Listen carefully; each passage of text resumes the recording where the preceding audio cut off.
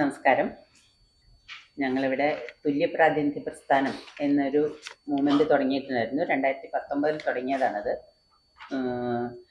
ഇപ്പോൾ 2023 നരേന്ദ്രമോദി ഈ കേന്ദ്ര സർക്കാർ വനിതാ സംവരണ നിയമം പാസ്സാക്കിയെങ്കിലും അത് നമുക്ക് കിട്ടുന്നില്ല എന്നറിഞ്ഞപ്പോൾ നമ്മളൊരു മൂവ്മെൻറ്റ് കുറച്ചുകൂടി ശക്തിപ്പെടുത്തിയതിൻ്റെ ഇപ്പോൾ ഈ തെരഞ്ഞെടുപ്പിൽ നിന്നുകൊണ്ട് എന്താണ് ഞങ്ങൾ ചെയ്യേണ്ടത് എന്ന് തീരുമാനിച്ച് അത് നിങ്ങളോട് പറയാൻ എത്തിയതാണ്. എൻ്റെ പേര് കുസുമൻ ജോസഫ് എന്നാണ്. ഞാൻ തുല്യപ്രാതിനിധ്യ പ്രസ്ഥാനത്തിൻ്റെ ചെയർപേഴ്സണാണ്. ഇത് എം സുൽഫത്ത് തുല്യപ്രാതിനിധ്യ പ്രസ്ഥാനത്തിൻ്റെ കൺവീനറാണ്. നെജു ഇസ്മയിൽ ട്രഷററാണ് കൊടുങ്ങല്ലൂരിൽ നിന്നുള്ള. ഇത് സരിത കോഴിക്കോടാണ്. സരിത എക്സിക്യൂട്ടീവ് കമ്മിറ്റി അംഗമാണ്. ഞങ്ങൾ ഈ തെരഞ്ഞെടുപ്പിൽ തുല്യപ്രാതിനിധ്യ പ്രസ്ഥാനം മുന്നോട്ട് വയ്ക്കുന്ന കാര്യങ്ങൾ പറയാനാണ് നിങ്ങളുടെ മുന്നിൽ, ജനത്തിൻ്റെ മുന്നിൽ, രാഷ്ട്രീയ പാർട്ടികളുടെ മുന്നിൽ ഞങ്ങൾക്ക് പറയാനുള്ളത്. വളരെ കൃത്യമായി പറയാനാണ് ഈ മീറ്റിംഗ് വിളിച്ചിരിക്കുന്നത്, ഞങ്ങൾ എത്തിയിരിക്കുന്നത്. വിഷയങ്ങൾ കൺവീനർ എം സുൽഫത്ത് പറയും. എല്ലാവർക്കും നമസ്കാരം. കഴിഞ്ഞ പാർലമെന്റ് തെരഞ്ഞെടുപ്പിന് മുന്നോടിയായിട്ട് സ്ത്രീകളുടെ അവകാശ പത്രിക എന്ന നിലയിൽ പെൺ മെമ്മോറിയൽ കേരളത്തിൽ വലിയ ചർച്ചയായ ഒരു വിഷയമാണ്. നിങ്ങളുടെ എല്ലാം മനസ്സിൽ ഉണ്ടാവും. രണ്ട് മുന്നണി നേതൃത്വങ്ങൾക്കും ഒരു കത്ത് 1,00,000 പേർ ഒപ്പിട്ട, കേരളത്തിന്റെ കാസർഗോഡ് മുതൽ തിരുവനന്തപുരം വരെയുള്ള ഭാഗങ്ങളിൽ നിന്ന് രാഷ്ട്രീയ പ്രവർത്തകരും സാധാരണക്കാരും ഒക്കെ ഒപ്പിട്ട ഒരു പെൺ മെമ്മോറിയൽ രണ്ട് മുന്നണി LDF കൺവീനർക്കും UDF കൺവീനർക്കും നേരിട്ട് കൊടുക്കുകയും എല്ലാ രാഷ്ട്രീയ പാർട്ടികൾക്കും കൊടുക്കുകയും ചെയ്തിരുന്നു. അന്ന് നമ്മൾ ഉന്നയിച്ച വിഷയം 33% സീറ്റിൽ സ്ത്രീകളെ മത്സരിപ്പിക്കുക, പാർലമെന്റ് തെരഞ്ഞെടുപ്പിൽ സ്ത്രീകൾക്ക് 33% സീറ്റ് കൊടുക്കുക എന്നുള്ളതായിരുന്നു. ആ ക്യാമ്പയിന്റെ ഭാഗമായിട്ട് നമ്മൾ ഒപ്പ് ശേഖരണവുമായി ബന്ധപ്പെട്ട് എല്ലാ രാഷ്ട്രീയ നേതാക്കളെയും കണ്ടിരുന്നപ്പോ പ്രകാശ് കാരാട്ട് അടക്കം, MA ബേബി അടക്കം, VD സതീശൻ, അതുപോലുള്ള എല്ലാ നേതാക്കളും, രണ്ട് മുന്നണികളിലെയും നേതാക്കള് ആ മെമ്മോറാണ്ടത്തിൽ ഒപ്പിട്ടു. 33% എന്നുള്ളത് ന്യായമാണ് എന്നുള്ളതുകൊണ്ട്. അപ്പൊ ആ സമയത്ത് ഞങ്ങളുടെ മുന്നിലുള്ള ഒരു പ്രധാന ഇത്, പാർലമെന്റ് വനിതാ സംവരണ ബില്ല് പാസ്സാക്കി നിയമമാക്കി. ആ നിയമമാക്കുമ്പോൾ രണ്ട് ഉപാധികൾ, അത് ഞാൻ പറയാതെ അറിയാം. ഒന്ന്, ജനസംഖ്യാ കണക്കെടുപ്പ് നടക്കണം, മറ്റൊന്ന് മണ്ഡല പുനർനിർണയം നടക്കണം. രാജ്യത്ത് ഇതുവരെ ഒരു നിയമവും പാസ്സാക്കുമ്പോൾ ഇല്ലാത്ത അനാവശ്യമായ രണ്ട് ഉപാധികൾ വെച്ചുകൊണ്ട് ആ നിയമം, അതായത് ഞങ്ങളാണ് പാസ്സാക്കിയതെന്ന് NDA സർക്കാരിന് പറയാൻ കഴിയും, അതേസമയം അത് നടപ്പാകാതെ അത് അനിശ്ചിതമായി നീളുന്ന തരത്തിൽ ആ നിയമം പാസ്സാക്കിയ സമയത്ത് കേരളത്തിലെ LDF മുന്നണിയിലെയും UDF മുന്നണിയിലെയും എല്ലാ രാഷ്ട്രീയ പാർട്ടികളും പറഞ്ഞത് ഇത് എത്രയും പെട്ടെന്ന്, കാലതാമസം ഇല്ലാതെ, ഉപാധികളില്ലാതെ നടപ്പാക്കണമെന്ന് വളരെ ശക്തമായിട്ട് പറഞ്ഞവരാണ് കേരളത്തിലെ രണ്ട് മുന്നണികളിലെയും രാഷ്ട്രീയ പാർട്ടികൾ. അതുകൊണ്ട് തന്നെ രാഷ്ട്രീയ പാർട്ടികൾക്ക് ഒരു ഉത്തരവാദിത്വമുണ്ട്. അതൊരു ധാർമ്മിക ഉത്തരവാദിത്വമാണ്. തെരഞ്ഞെടുപ്പിൽ നിയമം നടപ്പിലായില്ലെങ്കിൽ 33% സീറ്റിൽ സ്ത്രീകളെ മത്സരിപ്പിക്കുക എന്നുള്ളത്. അതുകൊണ്ടാണ് പാർലമെന്റ് തെരഞ്ഞെടുപ്പിന് മുമ്പ് ഈ ജനപ്രതിനിധികൾ രാഷ്ട്രീയ നേതാക്കളോട് ഇത് ആവശ്യപ്പെട്ടത്. പക്ഷെ അതിനെ തീർത്തും അവർ പറഞ്ഞതൊക്കെ അവിടെ വെച്ചിട്ട് തീർത്തും അവഗണിച്ചുകൊണ്ട്, നമുക്കറിയാം, LDF 3 സ്ത്രീകളെയും UDF ഒരാളെയും മത്സരിപ്പിച്ചു, 4 ആളും തോറ്റു. ആദ്യഘട്ടത്തിൽ പാർലമെന്റിലേക്ക് കേരളത്തിൽ നിന്ന് സ്ത്രീ പോലും ഇല്ലാത്ത അവസ്ഥയായിരുന്നു ഉണ്ടായത്. പിന്നീടാണ് പ്രിയങ്ക ഗാന്ധി വരുന്നത്. അപ്പോ അതിനുശേഷം നിരവധി ക്യാമ്പയിൻ ഞങ്ങൾ നടത്തിക്കൊണ്ടിരിക്കുന്നു. രാഷ്ട്രീയ പ്രസ്ഥാനങ്ങളുടെ സ്ത്രീകളോടും ഒക്കെ ഈ വിഷയം സംസാരിക്കുന്നു. പക്ഷെ ഒരു സ്ഥലത്ത് നിന്നും ഒരാള് പോലും 1/3 സ്ത്രീകൾ മത്സരിക്കണം എന്നുള്ളതിനെ എതിര് പറഞ്ഞിട്ടില്ല. പക്ഷെ സമീപനം, ഈ നിയമസഭ 16ാം നിയമസഭാ തെരഞ്ഞെടുപ്പിന്റെ മുന്നോടിയായി നടക്കുന്ന ചർച്ചകൾ കാണുമ്പോൾ നമുക്ക് മനസ്സിലാകുന്നത് അതേപടി തന്നെ സ്ത്രീ പ്രാതിനിധ്യത്തിന്റെ കാര്യത്തിൽ അത് ആവർത്തിക്കാൻ ഞങ്ങള് രണ്ട് മുന്നണി നേതാക്കളെയും കാണുമ്പോൾ അവർ പറയുന്നത് കഴിഞ്ഞ പ്രാവശ്യത്തെക്കാൾ കൂടുതൽ ഞങ്ങൾ നിർത്തും, അതായത് കഴിഞ്ഞ പ്രാവശ്യം നിർത്തിയതിനേക്കാൾ 1 or 2 കൂടുതൽ ഞങ്ങൾ നിർത്തും എന്ന് മാത്രം പറയുന്ന, അതായത് 33% ഞങ്ങൾ നിർത്തില്ല എന്നാണ് നമുക്ക് മനസ്സിലായിട്ടുള്ളത്. അപ്പൊ ഏറ്റവും പ്രധാനമായിട്ട് ഈ നിയമസഭാ തെരഞ്ഞെടുപ്പിന് മുമ്പിൽ രാഷ്ട്രീയ പാർട്ടികളോട്, കാരണം രാഷ്ട്രീയ പാർട്ടികളാണ് തെരഞ്ഞെടുപ്പിൽ മത്സരിപ്പിക്കുന്നതും ജയിക്കുന്നതും ഭരിക്കുന്നതും ഒക്കെ എന്നുള്ളത് കൊണ്ട് 5 ഡിമാൻഡുകൾ ഞങ്ങൾ രാഷ്ട്രീയ പാർട്ടികളുടെ മുമ്പിൽ വെക്കുകയാണ്. ഒന്നാമത്തത്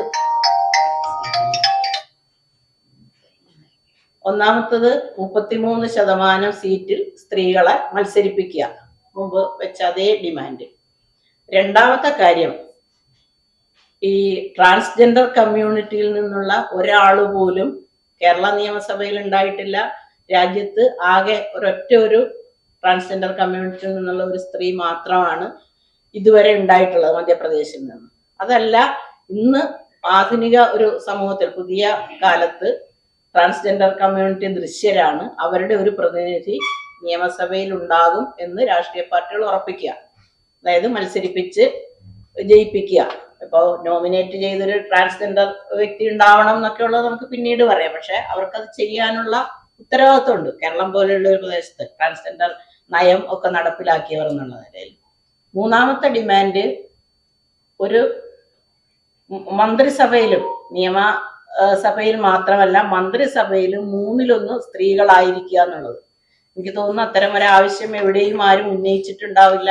അതുപോലെ നിയമസഭയിലെയും പാർലമെന്റിലെയും ലോകസഭയിലെയും കാര്യം മാത്രമേ 33% പറയുന്നുള്ളൂ. അതല്ല, മന്ത്രിസഭയിലും 1/3 സ്ത്രീകളായിരിക്കുക എന്നുള്ളതാണ്. മറ്റൊന്ന്, കേരളത്തിൽ ഒരു സ്ത്രീ മുഖ്യമന്ത്രിയായിട്ടുണ്ടാവുക എന്നുള്ളതാണ്. ഇന്ത്യയിലെ 13 സംസ്ഥാനങ്ങളിൽ സ്ത്രീകൾ മുഖ്യമന്ത്രിയായിട്ടുണ്ട്, 18 സ്ത്രീകൾ മുഖ്യമന്ത്രിയായിട്ടുണ്ട് ഇതുവരെ. പക്ഷെ കേരളം മറ്റെല്ലാ മേഖലയിലും എല്ലാ വികസന സൂചികകളിലും കേരളം മുന്നിലാണ് എന്ന് പറയുന്ന നമുക്ക് ഒരു വനിതാ മുഖ്യമന്ത്രി ഇതുവരെ ഉണ്ടായിട്ടില്ല എന്നുള്ളത് നാണക്കേട് തന്നെയാണ്. ഒരു സ്ത്രീ മുഖ്യമന്ത്രി, അത് LDF അധികാരത്തിൽ വന്നാലും UDF വന്നാലും ഒരു സ്ത്രീ മുഖ്യമന്ത്രി ആയിരിക്കുക എന്നുള്ളത്. പിന്നെ ഏറ്റവും അവസാനത്തെ ഡിമാൻഡ്, ഒരു സ്ത്രീ പീഡകരായിട്ടുള്ളവരെ മത്സരിപ്പിക്കരുത് എന്നുള്ളതാണ്. ഈ 5 ഡിമാൻഡുകൾ ഞങ്ങൾ എല്ലാ രാഷ്ട്രീയ നേതൃത്വങ്ങൾക്കും അറിയിച്ചിട്ടുണ്ട്, മെയിൽ ചെയ്തിട്ടുണ്ട്, അതൊരു കത്തായിട്ട് അറിയിച്ചിട്ടുണ്ട്. അപ്പൊ ഈ ഒരു സാഹചര്യത്തിൽ നമ്മളുടെ ഡിമാൻഡുകൾ മുന്നോട്ട് വെക്കാൻ, അതൊരു കേരളത്തിന്റെ ഈ നിയമസഭയുടെ ഒരു അവസ്ഥ, ഒരു പക്ഷേ നമ്മളിങ്ങനെ പറഞ്ഞു പോകും, സ്ത്രീകള് കുറവും പുരുഷന്മാര് കൂടുതലും എന്നൊക്കെ പറഞ്ഞ അതിന്റെ ആ ഒരു കണക്ക് വെച്ചിട്ട് നമ്മൾ പരിശോധിക്കുകയാണെങ്കിൽ ജനസംഖ്യയിൽ 48% മാത്രമാണ് പുരുഷന്മാരുള്ളത്. ആ 48% പുരുഷന്മാർക്കാണ് ജനസംഖ്യാനുപാതിക പ്രാതിനിധ്യം എന്നുള്ളത് ജനാധിപത്യമാണ് എന്ന് വിശ്വസിക്കുന്നുണ്ടെങ്കിൽ 48% പുരുഷന്മാർക്ക് 92% പ്രാതിനിധ്യമുണ്ട്. അതേസമയം 52% വരുന്ന സ്ത്രീകൾക്ക് 8% പ്രാതിനിധ്യമാണ് ഈ നിയമസഭയിലുള്ളത്. ഒന്ന് ആലോചിച്ച് നോക്കുക, നമ്മൾ എങ്ങനെയാണ് സാമൂഹ്യ പുരോഗതിയിൽ കേരളം മുന്നിലാണ് എന്ന് പറയുന്നത്. മറ്റ് സംസ്ഥാനങ്ങളുടെ സ്ഥിതിയും വ്യത്യസ്തമല്ലെങ്കിൽ പോലും കേരളത്തെക്കാൾ വളരെ മുൻപന്തിയിലുള്ള 12ഓളം സംസ്ഥാനങ്ങൾ ഉണ്ട്. നിയമസഭാ പ്രാതിനിധ്യം, സ്ത്രീ പ്രാതിനിധ്യം കൂടുതലുള്ള സംസ്ഥാനങ്ങളുണ്ട്. അപ്പൊ അത് സാധ്യമാണ് എന്നുള്ളതാണ്. അപ്പൊ ഈ ഒരു കണക്ക് വെച്ചിട്ട് ഇനി മുമ്പോട്ട് പോകുന്നത് ജനാധിപത്യമല്ല ആണാധിപത്യമാണ് എന്ന് സമ്മതിക്കുന്നതിന് തുല്യമാണ്. അപ്പൊ ഈ സ്ഥിതി മാറണം. അതിനുവേണ്ടിയുള്ള ക്യാമ്പയിൻ ഞങ്ങൾ ഏറ്റെടുത്തിട്ടുണ്ട്. ഈ വരുന്ന തെരഞ്ഞെടുപ്പിലും ഇതേ സ്ഥിതി ആവർത്തിക്കുകയാണെങ്കിൽ ഞങ്ങൾക്ക് മറ്റു വഴികൾ ആലോചിക്കേണ്ടി വരും, കുറച്ചുകൂടി കടുത്ത വഴികൾ.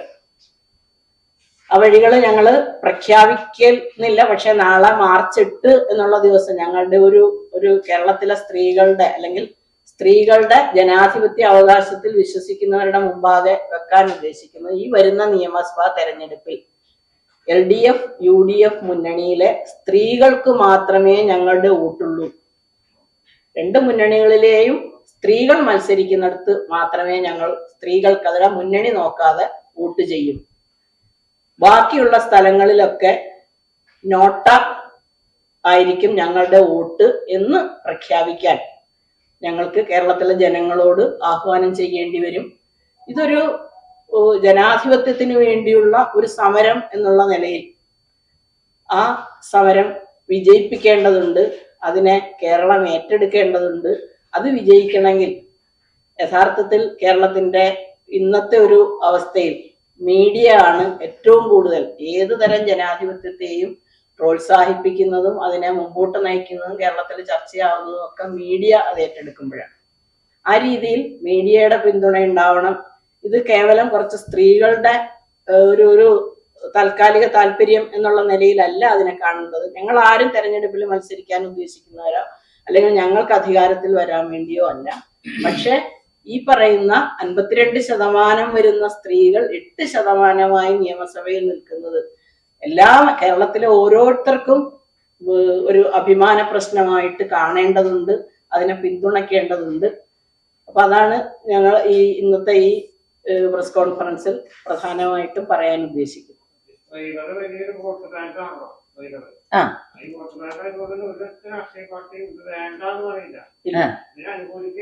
അതെ അതെ, നടപ്പിലാക്കൂല. അതെ അതെ, അതിപ്പോ രാഷ്ട്രീയ പാർട്ടികളിൽ പ്രവർത്തിക്കുന്ന സ്ത്രീകളുണ്ടല്ലോ, ഞങ്ങളാരും രാഷ്ട്രീയ പാർട്ടിയിലുള്ളവരല്ല. അവരോട് പറയുമ്പോൾ അവർ വലിയ ആവേശത്തിലാണ്. പക്ഷെ അവർക്ക് അവരുടെ പാർട്ടിയിൽ പറയാൻ തക്ക പാകത്തിന് പാർട്ടിയിലും ജനാധിപത്യം ഇല്ല എന്നുള്ളതാണ്. ഇപ്പൊ നമ്മൾ എല്ലായിടത്തും ജനാധിപത്യം ഉണ്ടാകുക എന്നുള്ളതാണ് ഏറ്റവും പ്രധാനം. പാർട്ടിയിൽ അതില്ല. പാർട്ടിയിൽ ആണാധിപത്യം വളരെ ശക്തമാണ്. അങ്ങനെ പറയുമ്പോൾ എന്തോ ഒരു കുറ്റം പറയുന്ന പോലെ തോന്നും. പക്ഷെ വസ്തുത അതാണ്. എല്ലായിടത്തും പുരുഷന്മാരുടെ കമ്മിറ്റികൾ തീരുമാനിക്കുകയാണ്.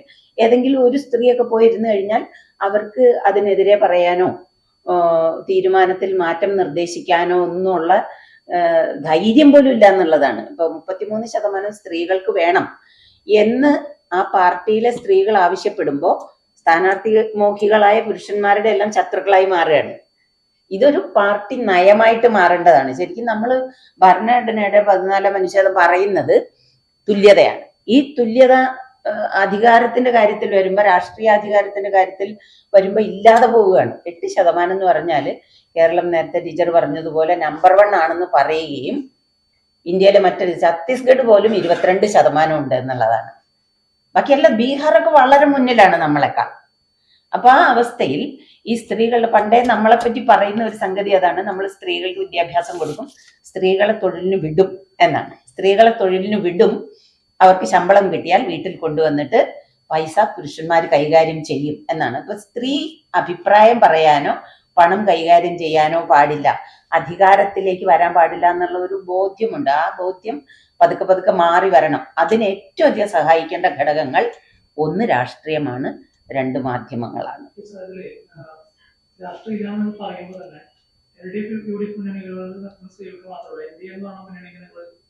അതിന് ഞങ്ങൾക്ക് കൃത്യമായ ഒരു കാരണമുണ്ട്. ഒന്ന്, NDA മുന്നണി കേരളത്തിലും ഇന്ത്യയിലും നടപ്പാക്കുന്ന ഫാസിസ്റ്റ് നിലപാടുകളോടുള്ള വിയോജിപ്പ്.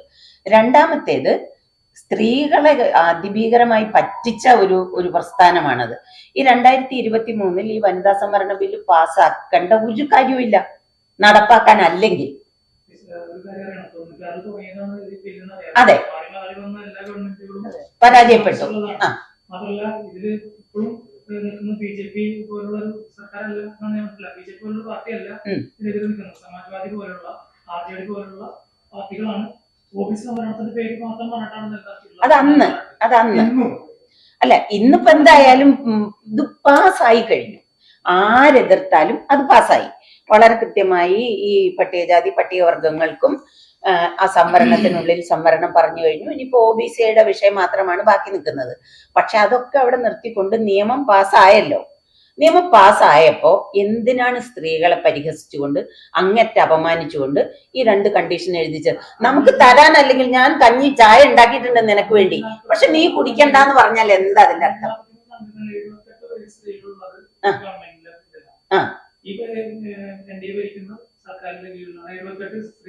ഇതെല്ലാം നമ്മൾ അംഗീകരിക്കുന്നു. ഇതൊക്കെ നമ്മൾ അംഗീകരിക്കുന്നു, എല്ലാം നമ്മൾ അംഗീകരിക്കുന്നു. പക്ഷേ അയ്യോ, ഫാസിസം വേറൊന്നാണ്, ഫാസിസം വേറൊന്നാണ്.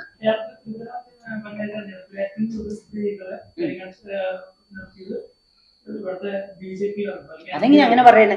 അതിൽ കാര്യമില്ല. 50% ഓൾറെഡി റിസർവ്ഡ് ആണല്ലോ. വെറും 140 അംഗങ്ങളിൽ വെറും 7 പേരാ സ്ത്രീകളുള്ളൂ. 50% ഉണ്ടായിട്ട് എവിടെ? നമ്മുടെ കേരള നിയമസഭയിൽ നിയമസഭയിൽ 50% ഇല്ലല്ലോ. സംവരണമില്ലല്ലോ. നിയമസഭയിൽ സംവരണം ഇല്ല.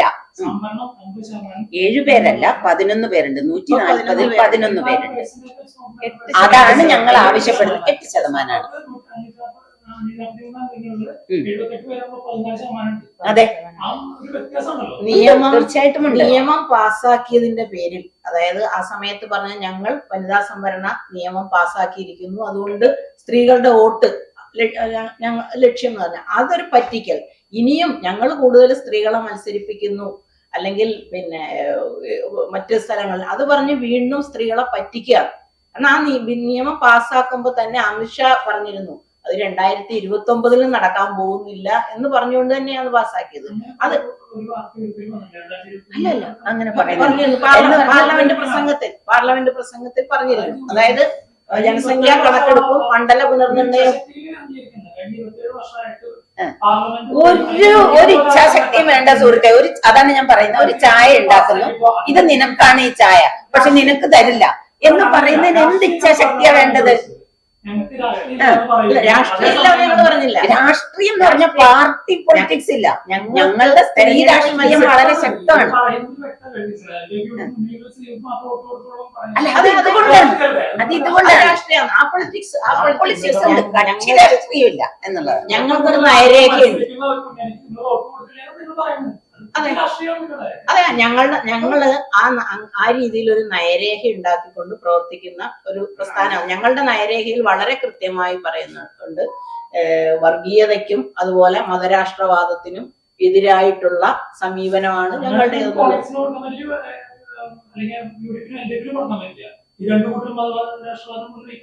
ആണോ? ഏത് മതരാഷ്ട്രവാദം?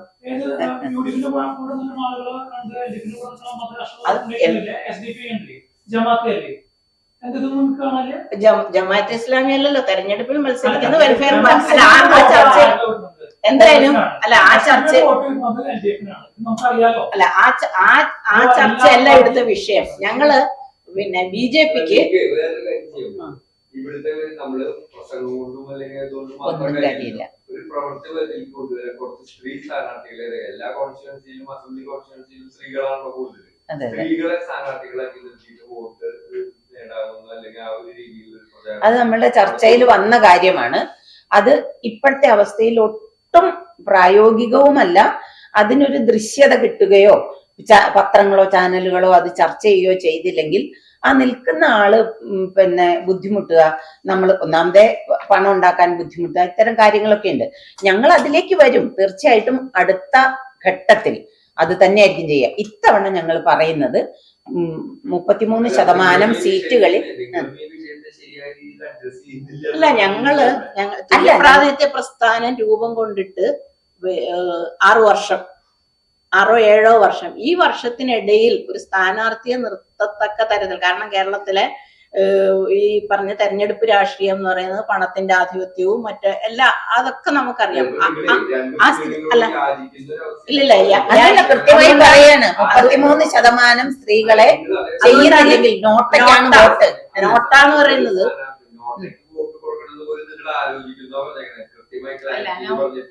അല്ലല്ല, അത് സ്ഥാനാർത്ഥി പട്ടിക വരട്ടെ. അതെ, അതിന് കാരണം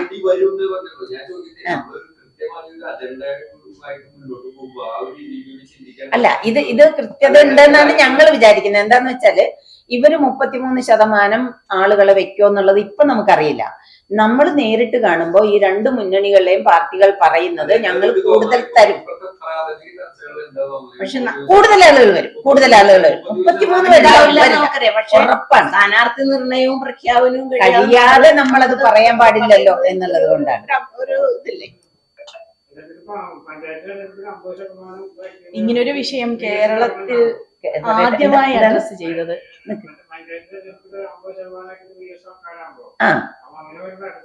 അങ്ങനെ VS സർക്കാരിനൊന്നും പറയാൻ പറ്റില്ല. ഇന്ത്യയിൽ എത്ര സംസ്ഥാനങ്ങളിലായി കഴിഞ്ഞിട്ടാണ് VS സർക്കാർ എന്ന് പറയുന്നത്. VS ചെയ്തത് എല്ലാം ചെയ്തില്ല എന്ന് നമ്മൾ പറയലല്ല. ആയിക്കോട്ടെ, ഇപ്പൊ അത് ചെയ്തു എന്നുള്ളത് കൊണ്ട് ഇതിന് മിണ്ടാതിരിക്കണം എന്ന് പറയുന്നത് ന്യായമാണോ? 50% പഞ്ചായത്തിൽ പറഞ്ഞെങ്കിൽ എന്തുകൊണ്ട് ജനാധിപത്യപരമായ മര്യാദയാണ് സ്ത്രീകൾക്ക് 50% തന്നെയാണ് നിയമസഭയിലും കിട്ടേണ്ടത്. 52% സ്ത്രീ അധിക സംസ്ഥാനമാണ് കേരളം. വോട്ടർമാരിലും 52% സ്ത്രീകളാണ്. അപ്പൊ പരമാവധി സ്ത്രീകൾക്ക് കൊടുക്കാം എന്ന് VS തീരുമാനിച്ചാലും ഞങ്ങൾ സ്വാഗതം ചെയ്യും. പിണറായി വിജയൻ ആ നിലപാട് സ്വീകരിച്ചാലും സ്വാഗതം ചെയ്യും.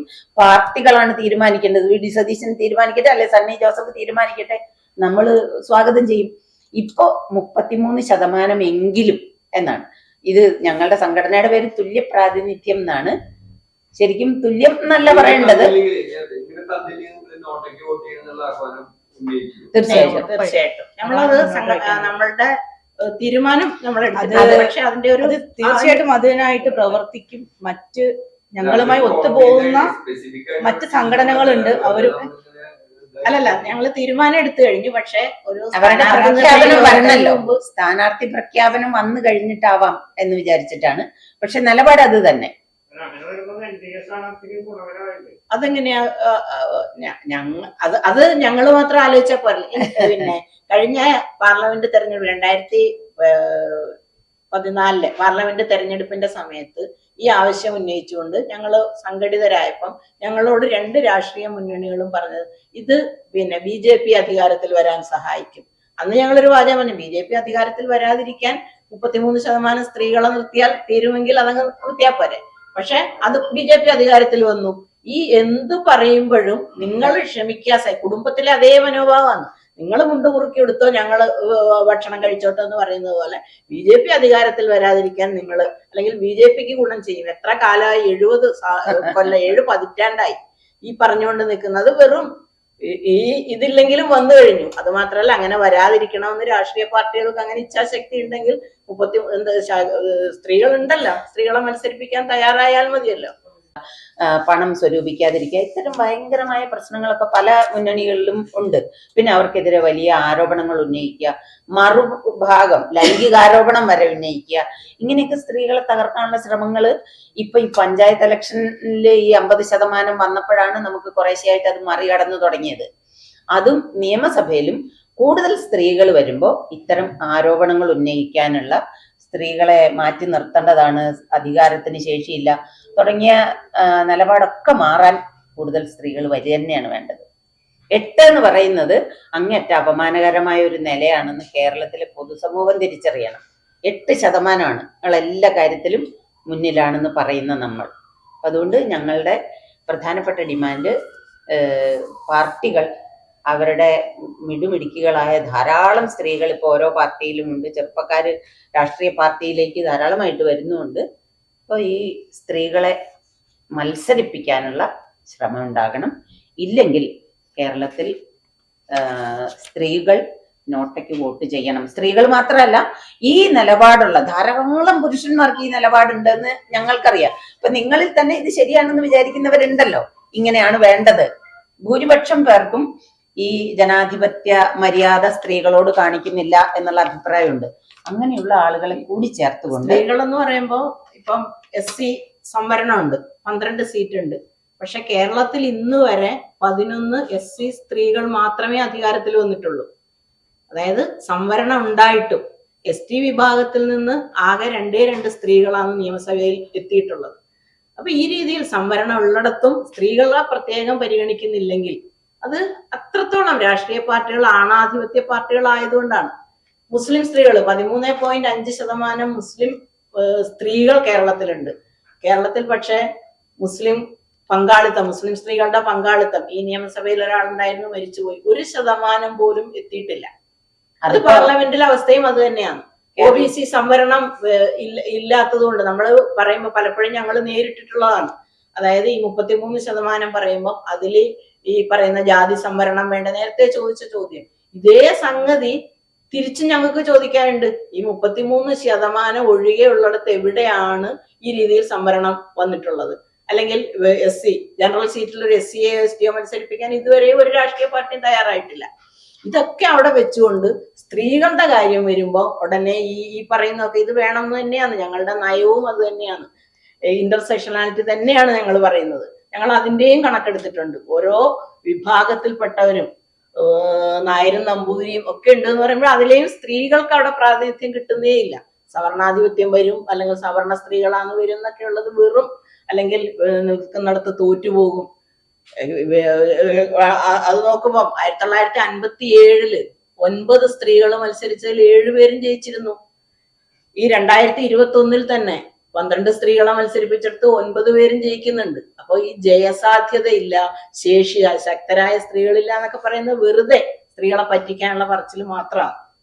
അപ്പോ നോട്ട എന്ന അത് ഞങ്ങള് പ്രഖ്യാപിക്കാത്തത് ഇതുകൊണ്ടാണ്. പക്ഷെ ഞങ്ങളുടെ ഒരു ഇത് നാളെ മാർച്ച് 8 എന്ന് പറയുന്ന വനിതാ ദിനം, ആ ദിവസം ഒരു ആ രീതിയിൽ ഞങ്ങളുടെ വനിതകളുടെ ഈ പ്രഖ്യാപനമായിട്ട് തന്നെയാണ് രാഷ്ട്രീയ പാർട്ടികൾ 33% സീറ്റുകളിൽ അവരുടെ പാർട്ടിയിലെ സ്ത്രീകളെ മത്സരിപ്പിച്ചിട്ടില്ലെങ്കിൽ കേരളത്തിലെ തുല്യ പ്രാതിനിധ്യ പ്രസ്ഥാനം എല്ലാ സ്ത്രീകളോടും പുരുഷന്മാരോടും നോട്ടയ്ക്ക് വോട്ട് ചെയ്യണം എന്ന് അഭ്യർത്ഥിക്കുന്നു എന്ന് തന്നെയാണ്.